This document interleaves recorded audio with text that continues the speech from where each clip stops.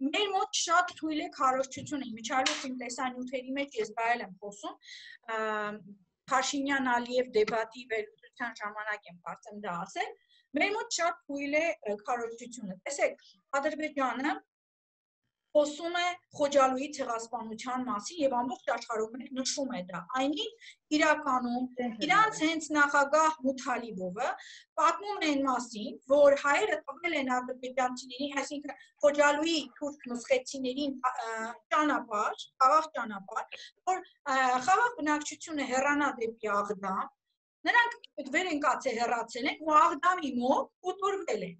Հենց Մութալիբովը ինքն իր բերանով ասում է, որ դա արեց Ադրբեջանի ազգային ճակատը ինձ գահանքեց անելու համար։ Հիմա գալիս է Խոջալույի ցեղասպանության, այսպես ասած, օրը, ոչ մի ձայն չկա մեր մոտ կողմից։ Շատ մենք անհատներս ենք այդ մասին խոսում, խնդրում որ տարածեն ռուսերենով, անգլերենով եւ այլն։ Այդպես չպիտի լինի, պետությունը ամբողջ աշխարհում է, պիտի Մութալիբովի ու մնացած բաներին, ժուրնալիստների, մյուսների ասածները ամբողջ աշխարհում պետքա քարոզեն։ Մենք Մարաղայի ցեղասպանության մասին չենք խոսում, անհատներս ենք խոսում դրա մասին։ Շուշիի հայատապան մասին, Բաքվի, Սումգայիթի, մյուսի, մեզ մոտ քարոզչությունը 0 է։ Ադրբեջանի, մենակ Ադրբեջանին ենք շատ մի երկու պատասխան տալիս ու վերջ։ Նույնիսկ Ալիև եւ Փաշինյան դեպատի ժամանակ, երբ որ Ալիևը խոսում է իբրև թե ադրբեջանական տարածքներ են եւ այլն, մեր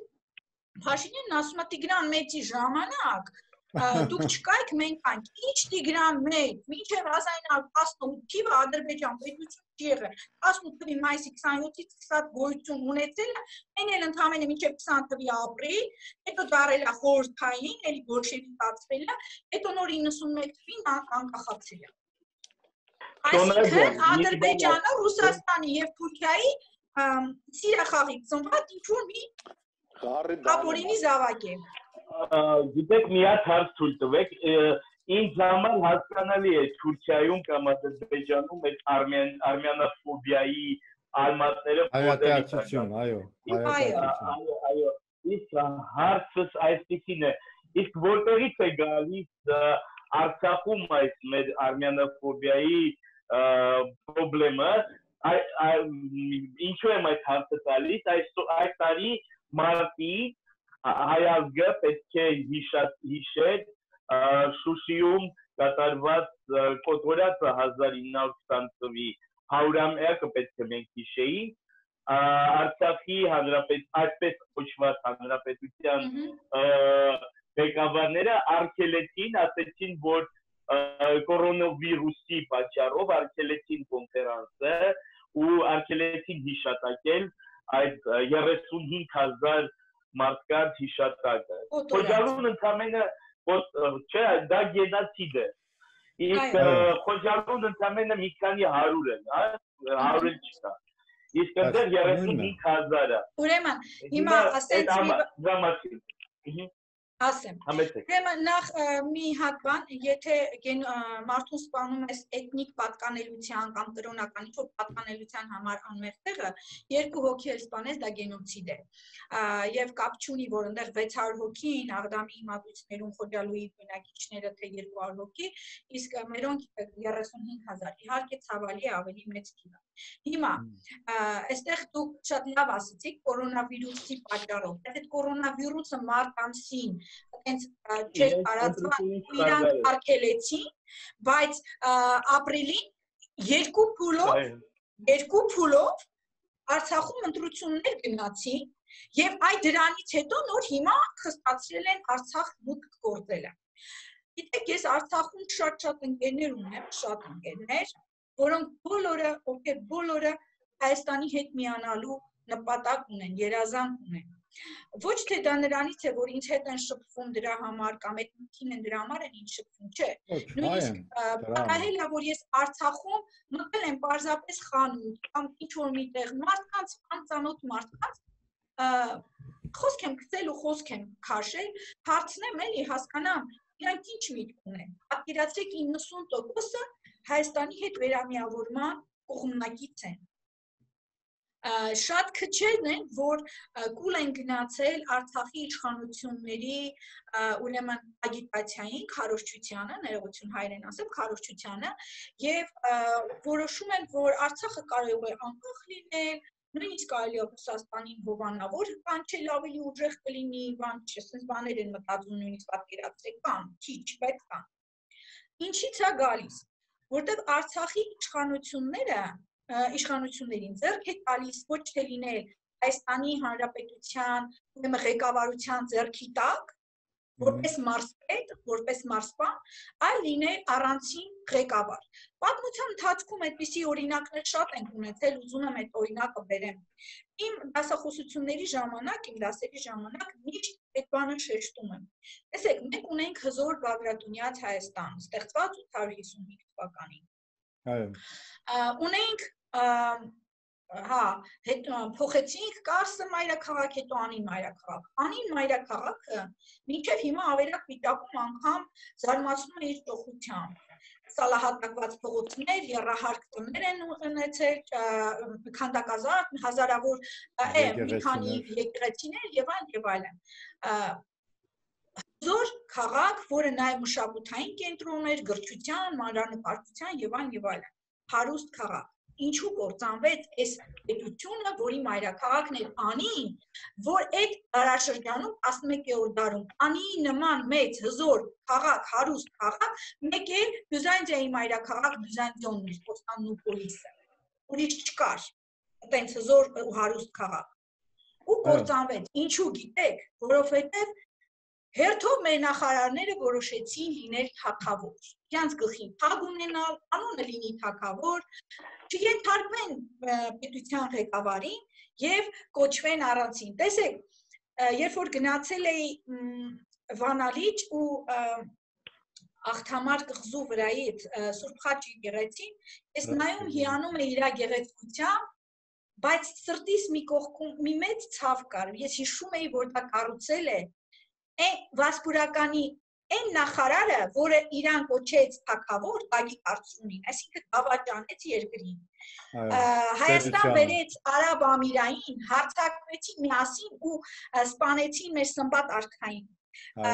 Եվ Վասպուրականը ինքը հռչակեց անկախ պետություն։ Դրանից հետո մյուսները, Տաշիր Ձորագիտի կամ Լոռու թագավորությունը, Արսի Վանանդի թագավորություն, Սյունիքի թագավորություն, Պայքի, ասես մասնակցեցին։ Ես նույնիսկ միշտ երեխեքին գիտեք ինչ օրինակ եմ բերում, ասում եմ, հիշում եք այն պատմվածքը առակը, որ հայրը մահանալուց առաջ տղաներին կանչում, ասում եմ, այնպես ավելը ջարդեք, չեն կարողանում, հետո կապերը քանդում են, թոփերն են ջարդում։ Այդպես ասում եմ, քանի մենք միասնական չենք լինի, մեզ ջարդելու են։ Եվ այո, Արցախի իշխանությունները դուք ճիշտ եք նկատել, ձգտում են լինել անկախ, որպեսզի արխային օգտագործեն Արցախի բոլոր ռեսուրսները, հանքերը, ջրերը մտցնեն, խողովակները կանեն իրանց բիզնեսների համար եւ այլն։ Այսինքն ամեն հետո բացի դրանից ես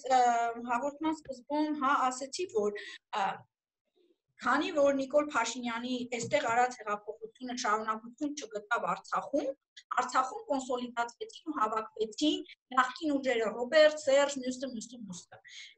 Սա եւ մի տխուր բան է պիտի ասեմ ձեզ, կզարմանաք երևի, վերջերս եմ իմացել, իհարկե ոչ անուն կտամ ոչ տարածք, բայց զինվորներից մեկի մի քանիսի հետ եմ խոսում, ասում են գիտեք մեզ ինչ արին, հարց տվեցին Արցախում, որ մեկը Նիկոլի հեղափոխության ժամանակ ուր է եղել, մեկն ասել է տունն եմ եղել,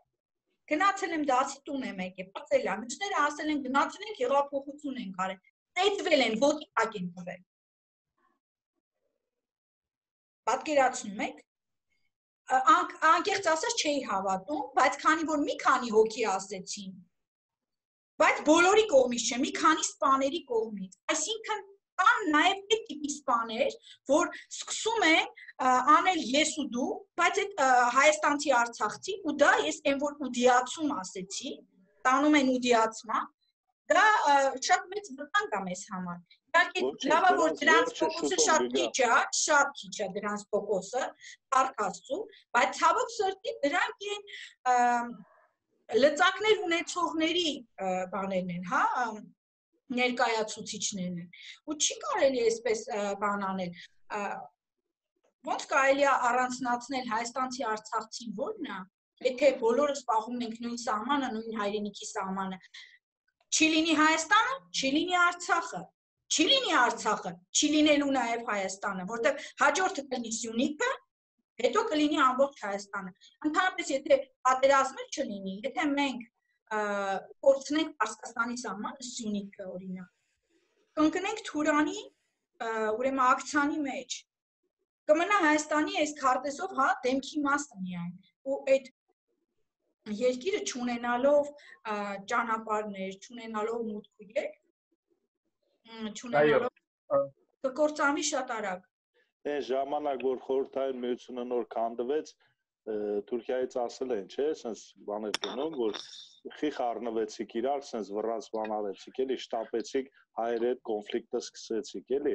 15-20 տարի էլ համբերում եք ենա Հայաստանը ձերն է, էլի։ Մեր են ամենալավ վարելահողերը, մեր ամենաամբողջ ասենք, չէ։ Բոլոր գյուղերը, սահմանների բոլոր գյուղերը։ Մասիսում, բանում, Շիրակում, չէ, Ազիզ Բեկով։ Հա, Շիրակում, այո։ Կհիշեք մի հատ բան կար Սևագավան, որ կերտայինք ճանապարհին, բան կար մի հատ մեծ պաստառ կար, ես շատ լավ կհիշեմ, ավտոբուսով կերտայինք դեպի Գորիս, թե որ այդ կողմերը, մի հատ բան կար, պաստառ կար, Շիրակո Շագայեթ Ադրբեջան։ Տեսել եք։ Ես երևի փոքր եմ եղել, չեմ տեսել, չեմ։ Մենք ուղղակի ելանք, պատրեցինք դա, սկսենք պատրել, թե ես ինչ բան են գրել։ Ես չեմ մոռանում, որ իրենք 10 հատով էին երեխա ունենում։ Այո։ 10 հատով են երեխա ունենում, շատ փոքր տարիքում ամուսնանում են։ Հիմա էլ մենք այդ խնդիրը ունենք։ Տեսեք, ես միշտ էլ եմ նկարաբանում, հա, 100 տարվա մեջ, եթե 100 տարվա կտրվածքով ասենք, մենք հայերս ամուսնանում ենք մոտավորապես 30 տարեկանի կարգին, ունենում ենք 3 սերունդ։ Ամեն սերունդը տալիս է 2 երեխա, 1 երեխա, 2, 3 երեխա եւ այլն։ Այսինքն 100 տարվա մեջ մի զույգը տարավ 8 հոգի, 16 հոգի ամենաշատը։ Ինչքան մնացինք, աչ չկա։ Իսկ Թուրքիան գրավեցին բազմամարով։ Իսկ թուրքերը հրդերը, մյուսները, նրանք բազմանում են 15-20 տարեկանում ամուսնանում են, ամեն մեկը 10-20 հատ երեխա ունենում, մինչև մենք ամուսնանում ենք 30 տարեկան, իրանք արդեն սկսում են տատիկ-պապիկ դառնալ։ Բնականաբար, այս քանակությունը, որ սենց լինի, շատ կարևորագույն հարց է, Սոնա ջան, օրինակ ամուսնանալու հարցը, չէ՞, 30 տարվա այս ապիկար իշխանությունները, որ սկսեցին երկիրը ալան-թալանի ենթարկել ու ստրկացնել, ասենք քո հարազատին, քո ժողովրդին, ասենք ոտքի տակ տալ, ստրկացնել, սարքել ճորտ եւ այլն, ու դա էլ բերեց, այսօր արեք տեսնենք մեր շրջապատում ովքեր կան ամուսնացած, չամուսնացած։ Իմ շրջապատում երևի 25-30%-ը 35-40 ընկեր ունեմ, մի հատ հոյակապ տղա, արդեն 50 տարեկան է, չի ամուսնացել։ Այսինքն իրականում մեր հասարակության մեծ մասը չի ամուսնանում կամ ամուսնանում է շատ ուշ, որովհետև հնարավորություն չկա։ Ֆինանսական հնարավորություն է պետք։ Եթե պետությունը ուզում է, ուրեմն բնակչության քանակը շատացնի երկրում, դա պետք է լինի եւ տնելիությունը խթանելու միջոցով, եւ ներգաղթի միջոցով։ Ծնելիությունը խթանել կարող ես, եթե ընտանիքներին տալիս ես հնարավորություն ունենալու տուն։ Հիպոթեկ փորի մեջ արդեն 5000-7000 դրամ պարտքոված է։ Վարկ ունի, այո, ահա։ Ուրեմն 10 հնարավորություն ամեն երեխայի համար ինչ որ օգնություն, որ այդ ընտանիքը կարողանա։ Հետո գիտեք, ես մի քիչ կողմ չեմ ընդհանրապես այդ օգնություն բանի, չնայած ընտանիք կազմելու եւ երեխա ունենալու համար, այո, բայց մնացած դեպքերում չէ։ Մենք պետք է ստեղծենք արտադրություն, մենք պետք է ունենանք գործարաններ, ունենանք աշխատանք, ժողովուրդը ունենա աշխատանք։ Եթե Հայաստանը մնա սենց սպասարկողի դերում, մենք շատ հետ ենք գնալու, որովհետև մեր բյուջեն հոսում է Թուրքիա, Չինաստան, այնտեղից ենք ապրանքը բերում։ Այդ նույն բաները կարող ենք արտադրել Հայաստանում։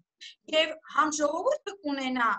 աշխատանք, համ մենք ունենանք մերը, հետո մենք կարող ենք արտահանել եւ արտահանածի գումարը բերել Հայաստան։ Իսկ մենք ինչ ենք անում, մենք վերցնում ենք Թուրքիայից ու Չինաստանից ու մյուս տեղերից առևտուրն անում ենք, փողը պրծավ, նորից վարկ, փողը պրծավ, նորից վարկ, այդպես չի կարելի, պետությունը պետք է լինի ինքնաբավ, մանավանդ երբ որ մենք պատերազմող երկիր ենք, պատերազմող երկիրը պետք է ունենա իր սեփական Պարենի արտադրությունը լրիվ, ամեն ինչով, Պարենի արտադրություն, ամեն ինչի արտադրություն, մի խոսքով, ինքը չպիտի կախված լինի ոչ մի բանով դրսի ուժերից, որպեսզի կարողանա ցանկացած պահի ինքը իրան կերակրել ու պահել։ Եվ հետո բացի դրանից ինչու ես պիտի թուրքական ապրանքին գումար տամ։ Իհարկե։ Ինչու հարստացնեմ իրենց, որ իրանք է փամփուշտ սարքեն ուղարկեն Ադրբեջան իմ զինվորի դեմ։ Ինչու։ Եթե ես կարող եմ այդ ամեն ինչը ինքս արտադրել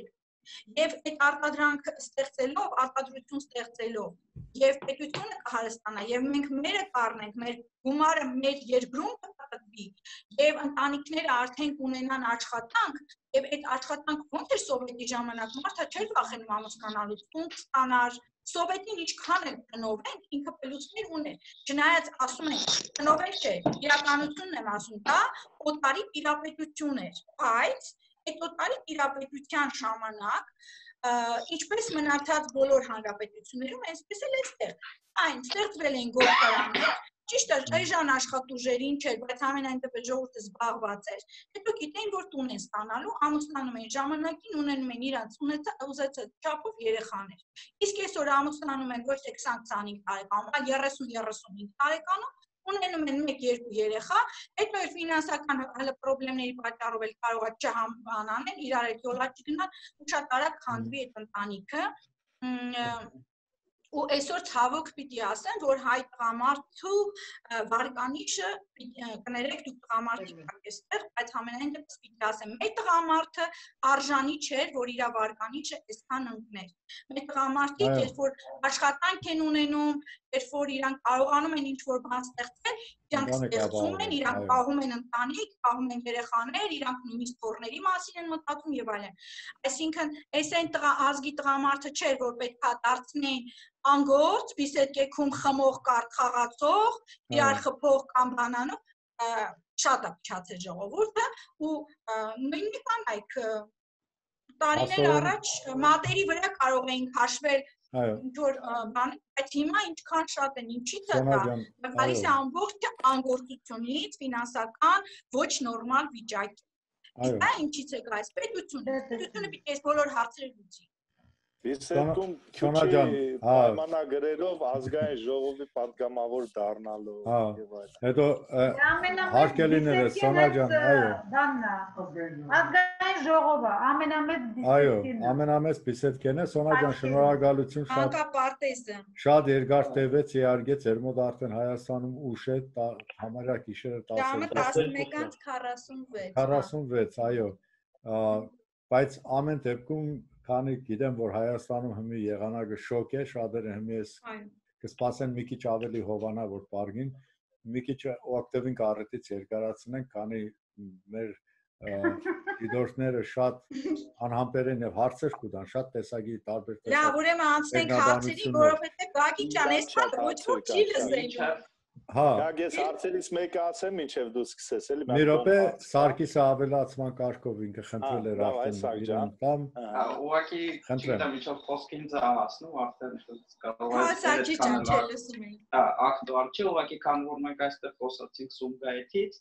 ես չէի կարող պարզապես չհիշել Սամվել Շահմուրադյանի մասին, իմիջիալոց ես սովորել եմ 85 դպրոցում Սամվել Շահմուրադյանի անվան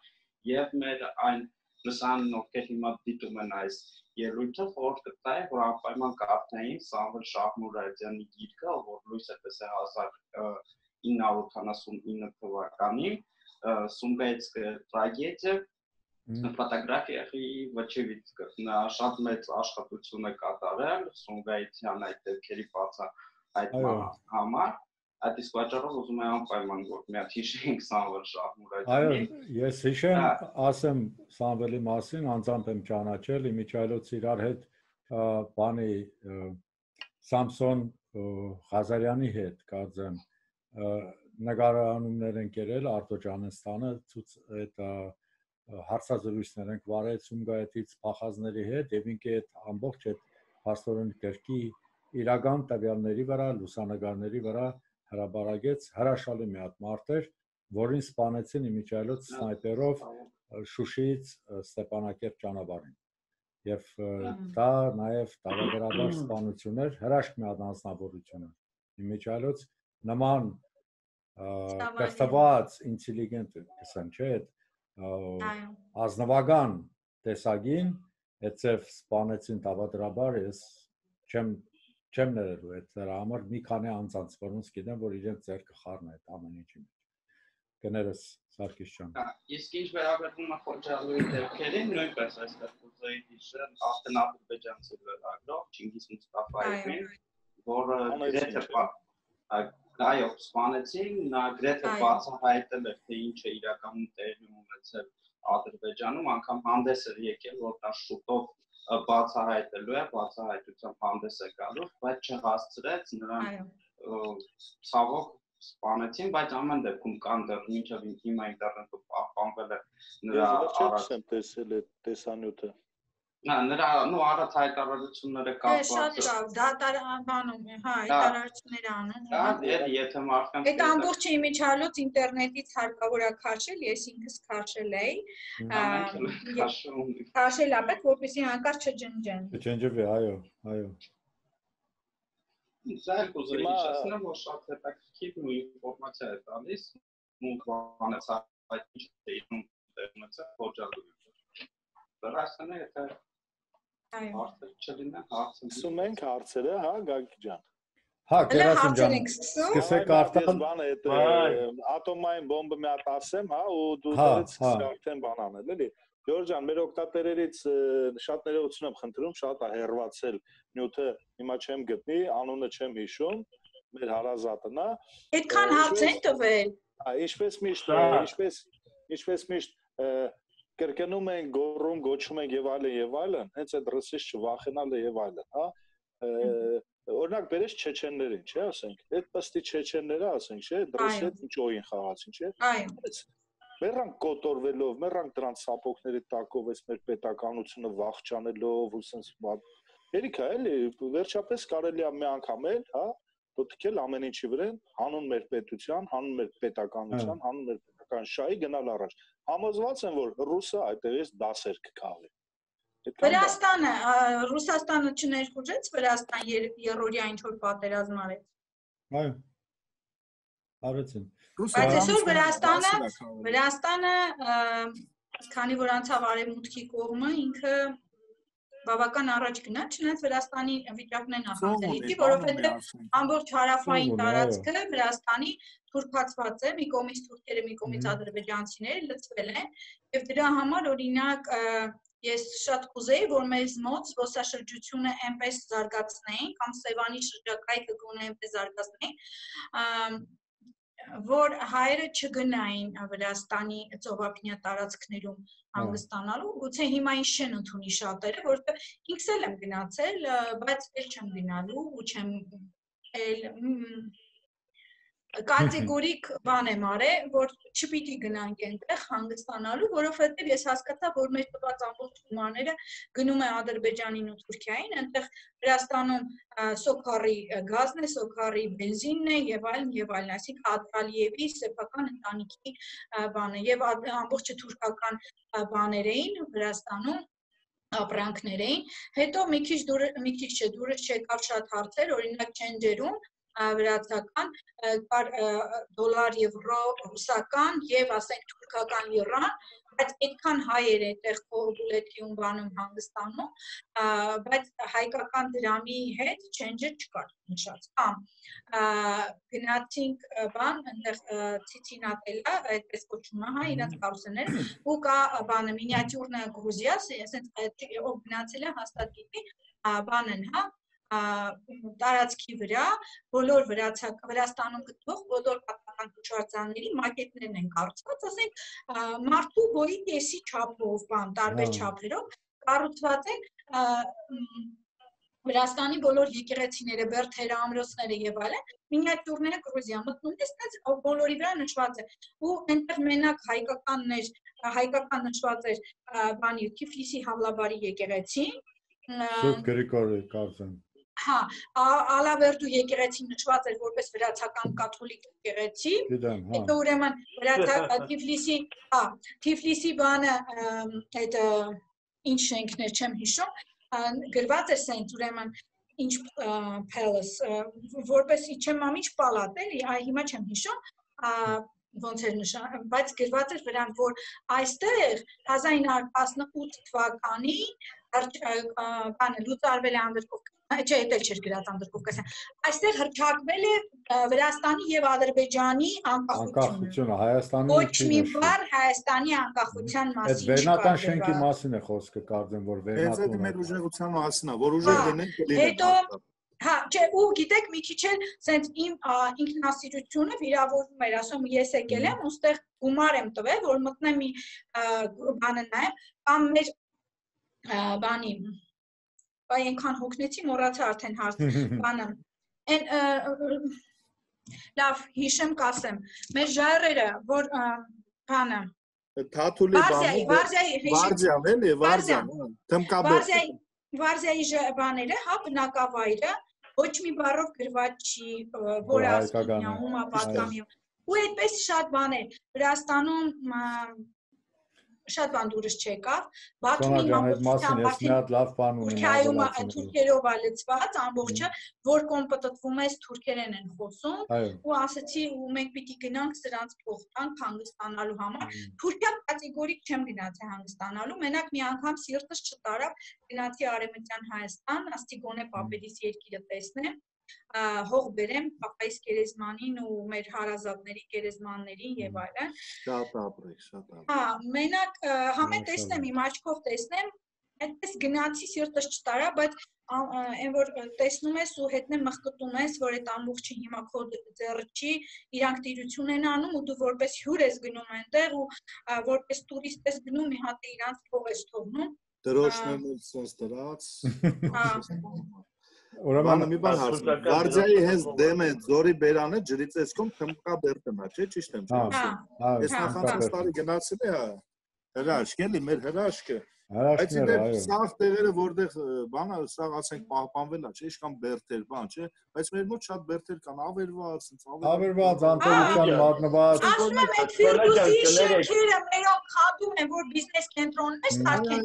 Իսկ Թբիլիսին, Տալինը, Աթենքը, Ռոմը, մյուսները բոլորը վերականգնել են, կառուցել են այնպես, որ հին ձևը անպայման պահպանեն, բայց ամրացրել են ուղղակի հին ձևը պահպանելով, որպես իրանց ազգի պատմություն, մշակույթ, այդպես պիտի լինի իրեն հարգող ազգը։ Սոնա ջան, մի հատ էլ հարց, կամ կներեք, Գերա ջան։ Ագասի ջան, մի հատ միջև հարցը։ Հա, աղասի, ասա հարցը հետո ես կավելացնեմ։ Կակ որոշել ենք աղասին չկրճատենք։ Չէ, համեցեք, կներեք։ Չէ, աղասի ջան, Ինչպես է գնահատում, որ насчет современных грузинских учебников по истории, Анийское царство считается частью Грузии. Как вы это оцениваете? Ահա, հիմա ասեմ, էլի պիտի հանգենք են նրան, որ մենք չունենք մեր հայեցակարգ։ Իսկ ինչից է եկել, որ այսօր Վրաստանը մինչև Սևանալետի ավազան համարում է իրենը։ Ասեմ, երբ որ 1826-ից 28 թվականներին տեղի ունեցավ երկրորդ ռուսական պատերազմը, Ռուսաստանը գրավեց նախ առաջինը 1804-ից 13 թվականներին, հետո ավարտվեց Գյուլիստանի պայմանագրով,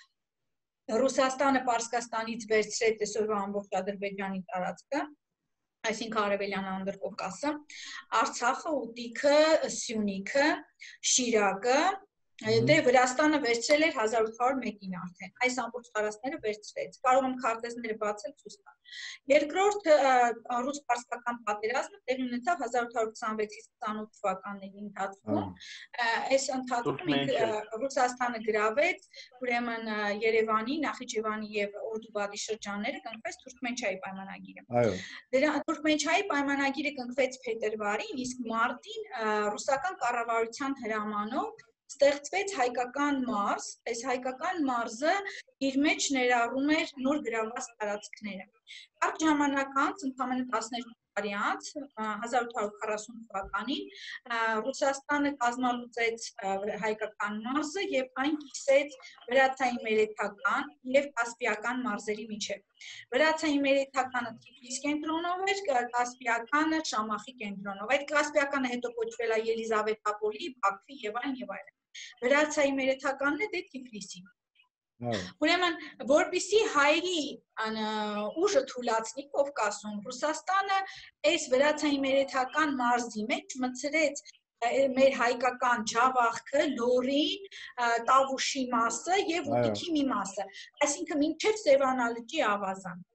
Իսկ կասպիական մարզի մեջ մտան Սյունիքը, Արցախը, ուտիքը եւ այլն։ Դրա համար, երբ որ մենք նայում ենք վրացական դասագրքերը, վրացիները համարում են իրենցը այդ տարածքները, բայց չգիտեմ ինչի ոնց եղավ, որ եթե 1840 թվականից սկսած է դա մտել Թիֆլիսի նահանգի մեջ, ինչու պետք է դա Իրանը լինի։ Մեկ։ Հետո այնտեղ այդ տարածաշրջանում Արտահանի ու Լոռի տարածաշրջանում կան կաթոլիկ եկեղեցիներ։ Իրանք էլ են համարում իրանցը։ Լոռիում մենք լիքը կաթոլիկ հայեր ունենք, չէ՞, որ ֆրանկ են ասում, ժողովրդական լեզվով ֆրանկ են ասում, բայց ֆրանկները դա կաթոլիկ հայերն են։ Ու վրացիները կաթոլիկ եկեղեցիներն են համարում են իրենցը, չնայած այն բանին, որ վրան ամբողջը հայերեն տառեր են գրված, հայերեն գրություններ են։ Մեր Սամվել Կարապետյանը մեծ հուշարձանագետ, որ այս տարի մահացավ, իր մահկանացուն կնքեց, ես պիտի ասեմ, որ մեծ գործ է արել, մի էլի պետության գործը ինքն է արել, որ եւ Արդի Հայաստանում, եւ Թուրքիայի տարածքում, այսինքն Արևմտյան Հայաստանում, եւ Ադրբեջանի տարածքում, այսինքն մեր ուտիկ Արցախի տարածքում, եւ Վրաստանի տարածքում, մեր Լոռի, Ջավախ եւ այլն, ինքը գտել հատ ուսումնասիրել, նկարել եւ գրել է բոլոր հայկական պատմական հուշարձանների մասին հսկայածավալ հատորներ եւ հաճախ էլի ֆինանսավորում չի ստացել, ինքնպես շատ նվիրյալներ չեն ստանում, հաճախ ծեծ է կերել հենց վրացի, ուրեմն ոստիկանների ու ադրբեջանցի ոստիկանների կողմից, շատ հաճախ թաքուն է կարողացել գնալ եւ այլն։ Եթե մենք նայենք մեր նվիրյալների կյանքը, թե ինչեր են արել իրենց կյանքի, իրենց ֆինանսի, իրենց սովված վիճակի հաշվին, առողջության։ Սամվել Կարապետյանը, երբ որ նոր ազատագրված է եղել Քաշաթաղի շրջանը, հա, Արցախի Քաշաթաղի շրջանը, շտապ մտել է այդ տարածք, որ հանկարծ չնի Թուրքը նորից լինի, ինքը չհասցնի։ Մտել է այդ տարածք եւ օրերով սոված ցամաք հացը, չոր հացը ուսապարկի մեջ, ասենք թուրքերի տնից ինչ որ զակատ բացելով, ջուրը դատարկելով, միջի թթու վարունգները տոպրակի մեջ լցրած ուսապարկով տանելով, օրերով սոված ընկած է եղել այդ տարածքներում, ուսումնասիրել հայկական մշակույթի հետքերը, գրել դրա մասին։ Ախր դա ինձ մարդկանց մեր պետությունը պիտի ձեռների վրա պահի, որ ֆինանսավորի, անի ամեն ինչ, որ այդ մարդիկ ոչ մի կարիք չունենան, ոչ ֆինանսական, ոչ իրանց ընտանիքի մասին մտածեն, թե ընտանիքս էս չունի, այն չունի։ Նույնիսկ ես ասում եմ Արա Պապյանի պահով, այն ինչ որ Պապյանը անում է իր Բելսոնյան իրավարար վճռի վերաբերյալ, շատ բաներ ինքը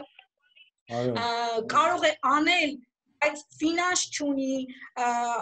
անընդհատ տարբեր կողմերից խոչընդոտում են եւ այլն հակառակ օգնելու փոխարեն։ Այո։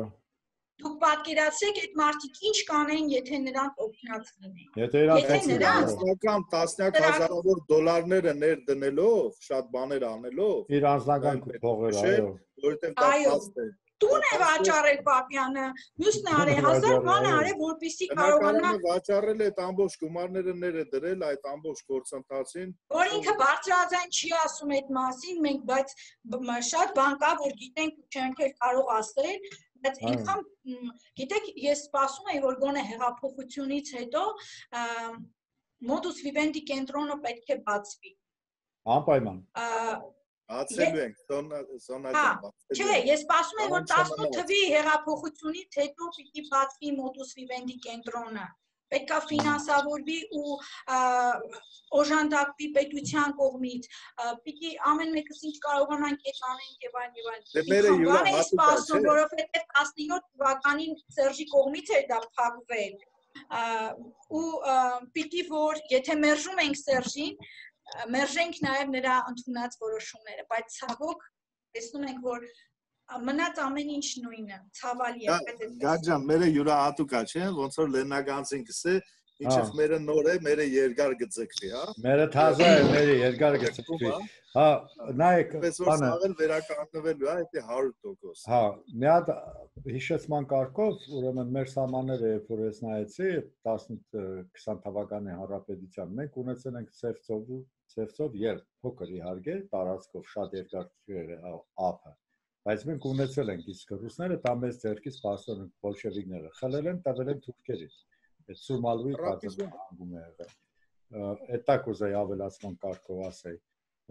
Բայց այն հարցը, որ հիմի ինձ շատ կտանջ է այս բանով, ուրեմն նախ ժամանակի առումով կարճ բանն ենք, ընտանիքների այդ հարցը։ Շատ կարևոր հարց է, որ մեր երեխեքին այսօրվա դրությամբ, այսինքն պետական աջակցություն չկա, բազմազավակ ընտանիքներին են կան, որ կարողանան ապահովեն գոնե, որ մարդիկ շահագրգռված են ավելի շատ երեխաներ ունենալու։ Կա ինչ-որ բաներ, բայց շատ քիչ է։ Եվ սա կարևոր թեմա է, որ մենք խոսենք այդ մասին։ Որ պետքա ոչ թե բազմազավակներից սկսել, որտեղ մինչև բազմազավակ լինելուն իրան նախ պետքա ընտանիք կազմել։ Ուրեմն պետքա նոր ստեղծվող ընտանիքին տալ հնարավորություն ունենալու սեփական տանիքը։ Հետո նոր դրանից հետո արդեն երեխաներին ամեն երեխային ավելի շատ գումար։ Այո։ Եթե առաջինին քիչ, փոխանակ, այո, փոխանակ։ Ուզում եմ Լևոն Հայրապետյանին խոնարհվենք այսօր բոլորս, շատ ներողություն։ Այո։ Ուզում եմ հիշենք, որ այս ռեժիմի ներկայացուցիչները, երբ որ Լևոն Հայրապետյանը զնդանված էր ռուսական բերդում, ու այդ հրաշք հայը, այդ մեծ հայը, որ այն հայացք իր բարի այդ ճաղերի հետևում այդ նկարները որ նայում սարսափում ենք այս վարչապետերը որ եկել են այսօր Ռոբերտ Քոչարյանի համար ինչ-որ բաներ մեկը ձենը չբարձրացրեց ու օդում կախված շատ հավանական է հավաստի լուրերով որ այդ գործընթացներին նրան սպանելու եւ նրա ունեցվածքին տիրանալու գործընթացներում որոշակի շրջանակներ են մասնակցել, որպեսզի 1-2 միլիոն դոլար լափեն։ Այսօր կախված լուրերին, քանի որ նա հայապահպանության համար ինչեր էր արել, այդպիսի հայերը 1000 տարին մեկ են ծվում։ 700 զույգերին երբ որ ամուսնացում էր այդ ժամանակ արդեն քաղցկեղով հիվանդ էր։ Եվ ինքը որոշում կայացրեց հարսանիքի օրը, ասեց ես լավ հիշում եմ այդ ամեն ինչին մասնակից եմ եղել, ականատես եմ եղել, որոշում կայացրեց ով առաջին երեխան կունենա Ստեփանակերտում տուն եմ տալու հարսանիքի ժամանակ զույգերից մեկի մոտ այդ հարսերից մեկի մոտ սկսվեց երկունքի ցավերը գնաց ու տղա ունեցավ համանունը Լևոն դրեց համը Ստեփանակերտում տուն ունեցավ ինչ գումարներ էր տալիս չի ասենք 5000 10000 30 40 մինչև 50000 երեխաների քանակները քանի շատանում է արժանի հայ է իրեն էլ պետք է արցանտրվի անպայման այս դրամատիկ սուտի մենք գիտեք մեռնում հետո նոր սկսում ենք արցանտրել իջել գնահատել իրականքի օրում այո կա ու իրա կողքին կանգնել իրան օժանդակել ֆինանսավորել ամեն ինչ անել ապրել ասում էլի ում ֆինանսավորել մենակ մեր հայերի մոտ է որ ասում են գնա մեռի արի սիրեմ Լավ, եկեք անցնենք, որտեղ ոնց որ ընտանեկան զրույցի ենք բռնվել, արդեն եկեք հարցերն անենք։ Երաշան, հա, մեր տաղավարն է, այս տաղավարում շատ հետաքրքիր հարցեր կքննարկենք, եկեք շարունակական ենք, Սոնա ջան, այս մեծ ուրախությամբ էլի կհրավիրեմ, մենք կուզենանք միշտ մեր այդ զրույցի բռնվից, քանի այս հարցը շատ բան է, էլի, online է, եւ մեր ազգային այս բանը ազգի գլխին կախված Դամասկոսյան այդ Դամոկլյան սուրը ավելի վտանգավոր արդեն մոդեցում ունի, արդեն համարյա կգնի մեր վզին, մենք պետք է ինչ-որ բան մտածենք, մեր հայերին կրթենք, երևի կրթություն տանք ինչ-որ տեղ, որ եւ այդ քաղաքական մշակույթ մտնի,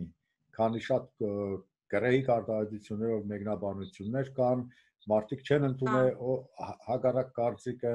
եւ չեն համակերպվի այն բաները, որ մեկը կարող է հակառակ կարծիք ունենա, քան իրենցը եւ եկեք ես երևի հույս ունեմ վաղը շարունակենք այս թեման, այս ծնողների, ընտանիքների pedagogan աջակցության շատ կարևոր թեմա բացվեց։ Ես մեծ ուրախությամբ էլի ձեզի կդիմեմ, որ միանաք մեզ եւ եկեք այսօր սահմանափակենք եւ տնենք, գիտեք ինչ երկ Գինի լիցը, որ հիշեն տավաջանները, ուր էլ փախնեն։ Մի բան էլ ասեմ, ավելացնեմ։ Եթե դնում եք գինի լիցը, ես ուզում եմ հիշեցնել իմ դաշնակցական բոլոր ընկերներին, սիրելիներս, ես ձեզ շատ սիրում եմ։ Եվ գինի լից երգը երգվել է Սողոմոն Թեհլերյանի կողմից Թալյաթի սպանության առիթով։ Այո։ Նեմեսիս գործողությունը դաշնակցությունը կազմակերպեց զինված պայքար ազգի թշնամիների դեմ, ցեղասպան թուրքի դեմ։ Ուրեմն եկեք արժանի եղեք դաշնակցության վեհ անվանը։ Այն ինչ որ արել է դաշնակցությունը 1890 թվականից սկսած մինչև հիմա Սփյուռքում եւ մինչև հիմա ասենք մինչև այս վերջին 20-30 տարիները նաև Հայաստանում Արցախյան ազատամարտի ժամանակ եկեք արժանի լինենք դաշնակցություն այդ անվանը, չվարկաբեկենք դաշնակցության փառապանծ անունը։ Ցավալի է, բայց դաշնակցությունից դուրս են եկել հենց հատկապես այն մարդիկ, ովքեր ցանկություն են ունեցել պահպանել դաշնակցության գաղափարախոսությունը։ Չեն ընդունել ղեկավարների դաշնակցական գաղափարախոսները։ Շատ ասենց համընկավ կամ ես եմ կարողանում հիմա բանանել, այո, Սմբատ Բարսեղյանի եւ Արմեն Բիլյանի նկարներն մեր Արթուրը պահել, ճիշտ է, այս մարդիկ եւ մնացած բոլոր Սասնա ծռերը, այո, Գագիկ ջան, ձեր թիկունքին միշտ իրենք, Սասնա ծռերը դուրս են եկել զինված պայքարի ազգի թշնամու դեմ, այն թշնամը, որ 1216 թվականին ապրիլյան պատերազմ կազմակերպեց։ Ու այս տղերքը ասեցին երկրորդ ապրիլյան պատերազմ, ապրիլյան չէր, թե ինչ պատերազմ, երկրորդ պատերազմը ասեցին։ Ու մարդիկ, որոնք ովքեր որ պայքարել են հանուն իրանց ազգի, պետության, պետականության եւ թեկուզ զենք են բարձրացրել, այդ զենքը բարձրացրել են ազգի թշնամիների դեմ, ուրեմն նրանք պիտի հերոսացվեն։ Ամոթա Ռամիլ Սաֆարովը հերոսացվում է Ադրբեջանում։ Մեր տղերքը, որ պայքարել են նույն իշխանության դեմ, չասեք պետության դեմ երբեք։ Մենք ասում ենք պետության դեմ, պետության չէ, այն իշխանության, որը ապրիլյան պատերազմ էր կազմակերպել։ Ուրեմն այդ տղերքը պիտի ազատ լինեն։ Ու ոչ միայն այս տղերքը պիտի ազատ լինեն, այլ նաև Սասնա ծռերի մյուս տղերքը, ովքեր որ կալանքից ազատված են, բայց միևնույնն է իրանց արդարացված չեն, իրենց ուրեմն կալանքի ձևն է ընդհանրապես փոխված։ Իրենք էլ պիտի համարվեն անմեղ ու վերջանա այս գործը գնա։ Քաղ բանտարկյալներ չպիտի լինեն, իսկ այս մարդիկ քաղ բանտարկյալներ են։ Գերիներ են նրանք։ Ազատություն, ազատություն։ Այո։ Ռազմագերիներին, հերոս ապստամբներին։ Այո։ Ազատություն ապստամբներին։ Ազատություն ապստամբներին։ Ազատություն մեր հայրենիքի պաշտպաններին։ Ազատություն ապստամբներին։ Վճռված է։ Շնորհակալ ենք Սոնա ջան, շատ հաճելի էր։ Նմանապես։ Շնորհակալություն։ Նմանապես ես եմ շնորհակալ բոլորիցդ։ Շատ հաճելի էր ձեր նման զրուցակիցներ ունենալը։ Գինիլից, Գագիկ ջան։ Սոնա ջան, չեք պատկերացնում, քանի հարցեր կան այնտեղ։ Լուրջ, լավ, եկեք այդ հարցերին անդրադառնանք վաղը, հա, Գագիկ ջան։ Այո։ Փորձենք հետաքրքիր ավելի։ Գագ չի լսվում է Գինիլիցը։ Չի լսվի։ Չէ։ Այ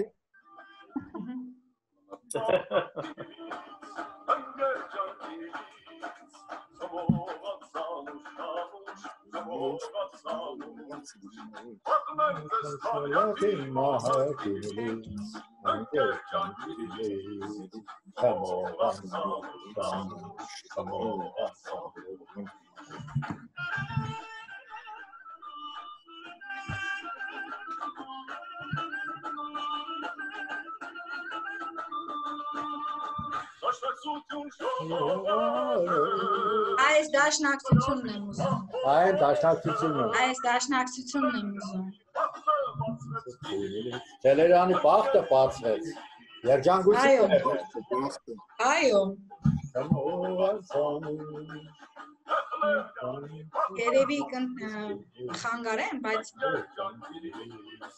10-րդ դարի վերջին 20-րդ դարի սկզբին մեր ֆիդայիները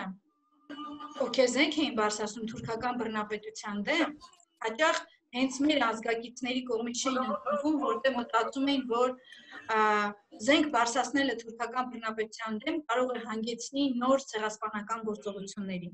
բայց անկախ նրանից հայը կբարձրացներ այդ զենքը թե չէ, ֆիդայական ջոկատները կլինեին թե չէ, միևնույն է լինելու էր այդ ցեղասպանությունը։ Հակառակը ինքնապաշտպանական մարտերը ֆիդայական ջոկատները օգնեցին, որ որոշ վայրերում հայերը կարողանան փրկվել, ինքնապաշտպանվել։ Ուստի զենք բարձրացնելը ոչ միշտ է, որ արդարացված չի, հաճախ հենց այդ զենքն է արդարացված։ Ուսալերան 40 օրը։ Այո։ Բոլոր ինքնապաշտպանությունները եւ Սասնա ծռերի գործողությունը։ Իհարկե, աներկ բան։ Պատմության մեջ կա Սասնա գործողությունը, որպես ազատագրական պայքարի։ Այո։ Եվ հետո Այո։ Մենք ունեցել ենք նաեւ 1970-ական թվականներին բաների սկսեցինք խոսել, ուրեմն Սփյուռքահայ զինված պայքար, ունեցել ենք մի քանի խմբեր, Ասալան, Armenian Secret Army for the Liberation of Armenia, Հայոց ցեղասպանության արդարության մարտիկները, Justice Commanders of Armenian Genocide, եւ հայ հեղափոխական բանակ Armenian Revolutionary Army։ Տվյալ ժամանակահատվածում շատերը նրանց համարում էին ահաբեկիչներ, բայց ես այս դասերը անցնում եմ հետևյալ վերնագրով։ Սփյուռքահայ զինյալ վրեժխնդիր արդարահատույց գործողությունները 1970-ական թվականներին։ Որի կնքահայրն էր Գուրգեն Յանիկյանը, Փարք։ Այո։ Պետք է մեր երիտասարդներին հիշեցնենք, պատմենք, նստենք, զրուցենք, որպեսզի մեր բալիկները, մեր հաջորդ սերունդը այս անունները լսեն, հպարտանան, շաքաղվեն, ինչու՞ չէ։ Գիտեք, չէ, դասագրքերում չկան դրանք։ Դասագրքերում այդ զինյալ պայքարի մասին ոչ մի բառ չկա։ Արայքյանի անունը Արցախի թանգարանից մնացած բաներից հանել են, ինչի մասին խոսանք։ Ինչն են հանել, չլսեցի։ Սասնա ծռերի ձեռքերից հետո ես միտեղ կարծած գիտեմ Արայքյանի ծռերի անունները հանել են։ Այո։ Բերձորում ծեծում են Արցախի հերոսներին։ Այո։ Այո։ Լավ, բարի գիշեր։ Շատ բան կա խոսելու։ Շատ բան կա, այո։ Վերջացնենք ուղիղ եթերը, մենք կրնանք Լավ է։ Սիրելի հայրենակից։ Անջատեցի, խոսացեք կծայնագրենք։ Ցանկացած դիրքորոշում ընդունելու դեպքում լավ իմացեք, որ մենք ձեզ սիրում ենք, դուք մեր հայրենակիցներն եք։ Դուք մեր արունն եք, մենք նույն արունից ենք։ Խանդոյաններ ասում, ես չեմ Խանդոյանը ոնց ասեց, երբ որ ոստիկաններին բերել էին դեմ, ասեց, ես չեմ կարող զենք բարձրացնել այս երիտասարդների վրա, նրանք իմ թևի արյունն են, իմ սրտի դոպյունն են, զենք չբարձրացրեց։ Կներեք անջատեցի, ես մի քիչ շտապեցի, կարծեցի արդեն վերջացրեցինք, կցայնագրվի, միջալոցեցի շարունակությունը կտնեմ։ Տարամ ծխեմ դա, դեմ լացրել ես։ Հələ չէ, չես կրում։ Քանի չի ցայնագրվում մի հատ հարց կարելի է ասում։ Հələ չի ցայնագրվում կա Հա, կարող է հարցնել։ Գագիկ չի ցայնագրվում, ուզում եմ մի հարց Ցայնագրվի, մի բան ենք անում, ճիշտ է։ Եսա կշարունակեմ, որպես շարունակություն։ Դելի ուշացում կարելի է հարց տալ։ Չեն հենց բաներ ազգայնագրում, որ Տաքոն ուզում է հարց տալ։ Բայց չգցես YouTube, կարող անենց հարց տա, որ ասենք մեր պետականության անվտանգության Չէ, ինչը կվերաբերվի պետական անվտանգությանը, ես անպայման մոնտաժեմ կամ մյուտ կենեմ, հա, մուլտիկ կտնեմ Հա, լսում եմ Սարգիս ջան։ Մի նախապատմություն է ուզում պատմել, վերջերս մենք հոդված էինք գրել հայ-վրացական պատերազմի մասին եւ 18 թվականի դեկտեմբեր 18 թվականի մայիսի 26-ին բանը, այսինքն չէ, դեկտեմբերի հա պատերազմի մասին, իսկ մայիսի 26-ին հա Վրաստան անցավ Գերմանիայի պրոտեկտորատի տակ։ Այո, Գերմանիայի հետ հայ-վրացական պատերազմ։ Շատ ուժեղ sense դժգոհության ալիք բարձրացավ, հիմնականում մեր հայրենակիցների մեջ, մարդիկ սկսեցին ոնց մեղադրել, որ սուտ բաներ ենք գրում, բան ենք անում հակառակը վրացիք մեծ եղբայր ժողովուրդ են, ինչ է այդ թեման բարձրացնում, շոշափում։ Հիմա sense նա հարց ուզել դա, ես հիշեցի, որ այդ ամենի մասին մեր պատմության գրքերում շատ իմիջիալոց էր գրված հայ-վրացական պատերազմի մասին, բայց իրականում դա շատ լուրջ հարց է, որովհետև Վրաստանը օգտվելով Հայաստանի թույլ վիճակից, օգտվելով որ Գերմանիան Թուրքական զորքը հետ էր քաշվել, ազատել էր լոռու տարածքը, իրանք բան արեցին, այո, օգտվելով շատ նենք քայլ է գործել։ Դա դավադրություն էր հայերի նկատմամբ։ Որ մեր պատմության գրքերի մեջ շատ իմիջիալոց է գրած եւ մերս նոր սրունդը չի կամ ծանոթանալ եւ Սարգիս ջան, ես համաձայն եմ լրիվ ձեր հետ, մեր պատմության գրքերի մեջ շատ բան կա փոխելու։ Ես ինքս սենց մոտս նշումներ եմ արել, մի ամբողջ էջ է եկել, թե ինչքան բան կա փոխելու, ընդ որում դա չեմ նշել, որտեղ համարել եմ, որ կա գրված։ Հիմա տեսեք,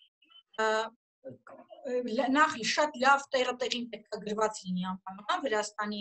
հայ-վրացական եւ պատերազմի մասին եւ հայ-վրացական ընկերների մասին ընդհանրապես Ջավախքի պահով, լողու պահով եւ մնացած, բայց համենայն դեպս Սարգիս ջան, ես ինքս այն մտքին եմ, որ քանի որ մենք այսօր չունենք դաշնակիցներ, չունենք հարևաններ եւ չունենք նաեւ ճանապարհ, մենք չունենք ծովային ճանապարհ ընդհանրապես, մի հատ ցամաքային ճանապարհ այդ էլ Վրաստանի վրայով անցնում է դեպի Լարսը, մենք sense թե նենց, քանի դեռ չունենք ուժ ինչ որ բան խոսելու, ավելի ճիշտ կլինի լռենք։ Ես ինքս դա արդեն քաղաքականություն է։ Քաղաքական վստահելի ղեկավարներին, առաջնորդներին ու որ մենք 100% որ իրանց սկսենք վստահել, որ իմանանք ինչ են անում, իմանանք որ վստահելի են արդեն, այդ քաղաքականության վրա մենք կարանք ուղղակի ձեն չանենք եւ լռենք։ Այո, համաձայն եմ։ Առաջնորդը վստահելի չի, դու կասկածում ես կարող է մեր երկիրը էսել տանը, էլի կորցանման, հա, կարող է էսել մի հատ։ Հա, բայց ասենք Վրաստանի հետ պիտի չթշնամանանք, որովհետեւ տեսեք, այսքան մինուսներ ասեցի Վրաստանի պահով, հենց թեկուզ իրանց վերաբերմունքը անգամ իրանց քաղաքից է։ Այդ ճանապարհն է տեղով գնում, էլի, իհարկե։ Հա, բայց մենք այլ ճանապարհ չունենք, երկու կողմից շրջափակված ենք թուրքերով, Թուրքիա-Ադրբեջան, մի հատ Վրաստան ամնաց է, պիտի ինչ-որ չափով, այո, մենք վարվենք, ավելի դիվանագետ լինենք իրանց հետ և կարողանանք ճիշտ բանով գնալ, ես համաձայն եմ, որ պետք չի թշնամանանք։ Ես էլ չեմ ասում, որ թշնամանանք, ուղղակի այսօր ասում եմ, ես զարմացա, որ մեր հասարակության մեծամասնությունը անգամ տեղյակ չէր այդ պատերազմի մասին, չգիտեր մանրամասները, իսկ ոնց որ ասում են չեմ ասում գրքի մեջ նենց գրված լինի, որպեսզի մենք ատելություն սերմանենք վրացիքի հանդեպ, չէ, Ուղղակի ոնց որ ասում են յազեկված երեք շաբաթն է տևի աշխարհի ամբողջ պատմությունը պատերազմների պատմություն է, բայց բոլոր ազգերը հիմա իրար հետ ապրում են հաշտամերաշ, օրինակ Եվրոպայում նույնիսկ սահման չկա, բայց իրանք ամբողջ կյանքում պատերազմել են իրար հետ։ Դա խնդիր չի։ Ուղղակի Թուրքի հետ մենք մնում ենք sense tense դաշնամի երկու թուրքերի հետ, որովհետև իրանք Թուրանի ծրագիր ունեն իրականացնելու, ու մենք այստեղ խանգարողի սեպի դեր ենք կատարում։ Դրա համար ու տարածաշրջանում են քրիստոնյա ազգներ, որ անընդհատ մենք մեր ինքնությունը պահում ենք, չենք ուզում ենթարկվել, չենք ուզում ձուլվել, չենք ուզում բանանել, դրա համար մենք դառնում ենք իրանց աչքի փուչը, հետո խելացի ենք, նախանձի պահը կա, հազար բանի պահ կա, այն ժամանակ Թուրքիան ցեղասպանություն որ արեց, չմոռանանք Թուրքիայի ամբողջ տնտեսությունը, մշակույթը, գիտությունը, ամեն ինչը հայերի ձեռքն է։ Բանկերը ամենը հայերի ձեռքն են, այո, նույնը 1908 թվականին, 5 թվականին, 6 թվականին, 18 թվականին եւ այն Ադրբեջանում տեղի ունեցած այդ ցեղասպանական գործողությունները էլի ինչից էին։ Ամբողջ Բաքվին հարթարցունաբերություն, տնտեսություն, սա իր ձեռքն է։ Հայերի ձեռքն է, այո։ Դրա համար այդ նախանձը կար, բնական է պիտի լիներ։ Ես երբ որ ինստիտուտում էի, քեիշեմ 404 մեր եթերին։ Հա։ Ինչ? 404 կոմենտարի, մեկնաբանություն։ Երեք մեկը անջատած է, չէ՞, ցայնագրությունը։ Որտե՞ղ եթեր չէ, բայց կցայնագրեմ ես։ Հա, ոչ։ Մեր էջում հիմա կարաս մտնես YouTube պետք է տնեմ։ Հա, YouTube կտնեմ։ Այսինքն մինչև հիմա չի գնացել։ Չէ, ուսկանը հենց չի գնացել, անջատեցի, կցայնագրեմ։ Կցայնագրեմ YouTube-ի համար, որ կդորներով Facebook-ում որ մտնեք բաց ճակատով, հա, էջը մեր։ Ես ձեր էջին դրել եմ։ Գագիկ ջան, իմ էջին դրել եք։ Այո։ Հա, ձեր էջում եք, կստացի ես էլ արդեն մարեմ սկսես։ Հա, իրոք մտնեմ էջս նայեմ։ Ուրեմն ես հիշեցնեմ բանի Պողոս Պողոսյանը մեր դասախոսներ, պատմության ամբիոնի ղեկավարն էր համալսարանում, ինքը մեծի հայոց պատմություն գտասավանդը։ Երբ որ մտավ, ինքը պատմեց այդ, ասեց, որ երբ որ կա հարցը 10-20 թվականների հանրապետությանը, ես բոլոր այդ գորշ կետերը, որ չի գրվել պատմության գրքերի մեջ, պիտի պատմեմ։ Ու երբ որ պատմեց, որ մեզ պատերազմը հայտարարել է բոլշևիկյան Ռուսաստանը, Ադրբեջանը բոլշևիկյան, Թուրքիան եւ Վրաստանը, ես այդ օրվանից արդեն տեղը չէի գտնի, ինչ է Վրաստանը, Վրաստին չէ որ մեզ գսեմ, մենք միշտ ձեր եղբայրներն ենք հարց տվեցի, ցավ հարց։ Հակիկ, բայց ոնց որ հիմա էլ է, գիտեք, գնում։ Կարծես չէ, բայց չէ, արդեն չէ։ Ուրեմն ինչ էր խնդիրը։ Խնդիրը նրանում էր, որ ինքը երբ որ պատմեց, թե դերոն ինչպես է Ջավախքում պատերազմել գերմանական, վրացական զորքերի, համատեղ զորքերի դեմ, եւ դա եղել է շատ հզոր ճակատամարտ, հաղթել ենք իհարկե, բայց լորին չի կրնացել պաշտպանը եւ այլևս հետ է եկել, քանի խնդիրներ են եղել Հայաստանի մեջ, քաղաքական է թոհու բոյի մեջ է եղել խնդիրները։ Եվ հետո կորցվավ Ջավախ, երբ որ արդեն բոլշևիկների հետ պայմանագիր կապեցին, որ հանձնեն կառավարությունը եւ դաշնակները հեռացան Հայաստանից։ Մենք գիտենք պատմությունը։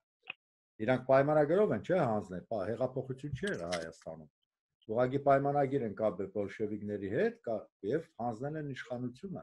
որից հետո 21 թվականին նորից փետրվարյան ապստամբությունը եղավ։ Մարդկանց կազմակերպել։ Այդ հեղափոխություն չի եղել, որովհետև Հայաստանը պարտված էր արդեն։ Գերաս ձայնագրվում է։ Ձայնագրվի ինքը կուտեմ։ Ինքը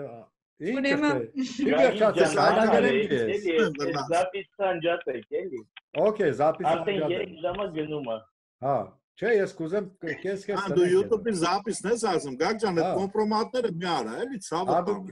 Խենձորի կոմպրոմատը